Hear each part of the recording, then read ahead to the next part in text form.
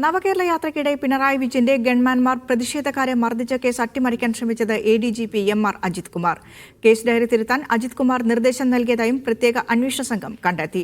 മർദ്ദനമേറ്റ AD Thomas MLAയുടെയും youth Congress പ്രവർത്തകരുടെയും മൊഴി രേഖപ്പെടുത്തി. കേസ് ആദ്യം അന്വേഷിച്ച ആലപ്പുഴ DYSP സുനിൽ രാജിനെ അന്നത്തെ ക്രമസമാധാന ചുമതലയുള്ള ADGP MR അജിത് കുമാർ 3 തവണ രഹസ്യമായി വിളിച്ചു വരുത്തിയാണ് കേസ് ഡയറി തിരുത്താൻ ഉൾപ്പെടെ നിർദ്ദേശം നൽകിയത്. ഗൺമാൻമാരുടെ മർദ്ദനം ചട്ടവിരുദ്ധവും ക്രിമിനൽ കുറ്റവുമാണ് എന്ന റിപ്പോർട്ടാണ് തിരുത്തിയത്. മർദ്ദന ദൃശ്യങ്ങൾ പോലീസ് കണ്ടിട്ടില്ലെന്ന കള്ളവാദവും ഔദ്യോഗിക റിപ്പോർട്ടിൽ തിരുകിക്കയറ്റി. ഇതിന്റെ തെളിവുകൾ സഹിതമായിരിക്കും പ്രത്യേക അന്വേഷണ സംഘം ആഭ്യന്തര വകുപ്പിന് റിപ്പോർട്ട് കൈമാറുക. ADGPയുടെ നേതൃത്വത്തിൽ ഗൂഢാലോചന നടന്നുവെന്നും കേസിലെ ഗൂഢാലോചനയ്ക്ക് പ്രത്യേകം FIR രജിസ്റ്റർ ചെയ്യണമെന്നും ആലപ്പുഴ MLA AD തോമസ് ആവശ്യപ്പെട്ടു. കുറ്റകൃത്യം ചെയ്ത ഉദ്യോഗസ്ഥർ, മുഖ്യമന്ത്രിയുടെ ഗൺമാനും അതുപോലെ തന്നെ സന്ദീപ് അടക്കമുള്ള ഉദ്യോഗസ്ഥർക്കെതിരെയുള്ള നടപടി സ്വാഭാവികമായി വരും.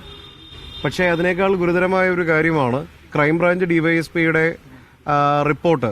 അത് വിളിച്ചു വരുത്തി ഒരു മുതിർന്ന പോലീസ് ഉദ്യോഗസ്ഥൻ അത് തിരുത്താൻ നിർബന്ധിക്കുകയും അത് തിരുത്തുകയും ചെയ്തിട്ടുണ്ട്.